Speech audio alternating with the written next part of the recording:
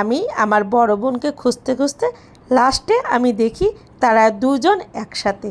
যাই হোক, আমি আর কি বলবো, লাস্টে আমি তাদেরকে একসাথে দেখে আমি তো থতমতো খেয়ে গেছি। লাস্টে আমি বললাম গাড়ি কোথায়, আর যেহেতু তারা চানাচুর খাচ্ছে তাই ডিস্টার্ব না করে আমিও চলে আসলাম চানাচুর কিনতে। আর জামাই বউ যেখানে থাকবে রোমান্টিক তো সেখানেই হবে, আর আমি শুধু শুধু কেন কাবাবের হাড্ডি হব বলেন তো। তো চলেন এবার যাওয়া যায় আসল জায়গায়, কারণ আমরা তো রওনা দিয়েছিলাম ইনানি বিচের উদ্দেশ্যে, আর মাঝপথে শামুক মেলা দেখে আমরা নেমেছিলাম একটু মেলা দেখার উদ্দেশ্য। এখানে যে কাহিনী হলো যাক, তা তো আপনাদের সাথে শেয়ারই করলাম, কারণ এখানে এত দাম, শুধু আমি কেন কেউ কিনিনি, তাই দেখে একটু নিজেকে ভালোই লাগছে। যাই হোক, চলেন এবার শান্তিতে একটু বসে রিল্যাক্স করা যায়, কি বলেন। একটু আগে ভাত খাইছে, যেরকম ফালুদার গল্প কইলে আপনি 1 ঘন্টা আগে ভাত খেয়ে আন ফালুদা খাতে আইছি, এই সে একটু আগে ভাত খেয়ে। তো এই যে আমরা খাবার কিনে উঠলাম আর এই যে গাড়িতে খাচ্ছি। তবে কি গরমটা পড়েছে বলেন তো, ঘুরতেও মন চায় আবার গরমও লাগে, কিচ্ছু করার নেই। যাই হোক, অতিরিক্ত গরম, আমি জানি না এই গরমে নিজেকে কিভাবে সামলাবো। আর আমাদের তো এদিকে এই বুদ্ধিটা তোরা দেশে কি রে, এই যে এই বুদ্ধিটা আমি নিজের বুদ্ধি না, থ্যাংক ইউ বাবা, আমি খোঁজ দিছি কিন্তু আমি পাইনি। না না আমি খুঁজেছি, এই আসতে অনেক খুঁজে এখানে কোনো শরবতের দোকান পেলাম না। আশেপাশে বিশ্বাস করেন একটাও শরবতের দোকান নেই।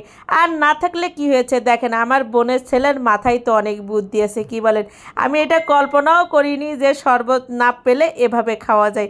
যাই হোক, ওর বুদ্ধিটা আমাদের কাজে লাগলো। ইনানি বীজ, ইনানি বীজ, ইনানি বীজ, এই যে অবশেষে পৌঁছে গেলাম ইনানি বীজ। এত গরম সহ্য করে আসছি, তার মানে বোঝেন কতটা শান্তি লাগতেছে এখন। অবশেষে অনেক অপেক্ষার পরে যেহেতু আসতে পেরেছি, শান্তি তো লাগারই কথা। আর এই যে চারপাশে আপনারা একটু ঘুরে দেখেন, এইগুলো দেখলে শান্তি লাগে, চোখেরও একটা শান্তি। আর এই রোদ্রে দেখবেন কিভাবে, সানগ্লাস যদি চোখে না দেন, তাই তো আমি চোখে সানগ্লাস পরে নিলাম, কারণ সুন্দর করে সমুদ্র উপভোগ করব এর জন্য। ইনানি বীচ কেন ভাল লাগে জানেন, এই যে সাম্পান নৌকাগুলো আছে না, এই নৌকার কারণে ইনানি বীচটা বেশি ভাল লাগে।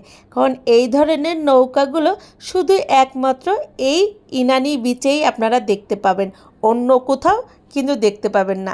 আর এই ধরনের নৌকা দেখতে আমার খুবই ভালো লাগে। আপনাদের কেমন লাগে কমেন্টে।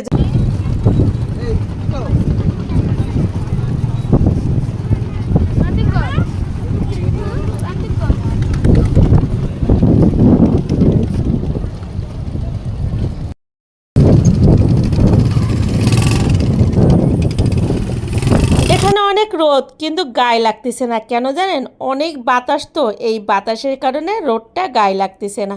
যাই হোক, এই যে আম্মুকে নিয়ে হাঁটতেছি, আম্মু বলতেছে আর হাঁটবো না। তো চলেন এখন আম্মুকে নিয়ে কোথাও বসাইতে পারি কিনা জানি না, এখানে সিট অনেক অল্প, কিন্তু বসতে পারি কিনা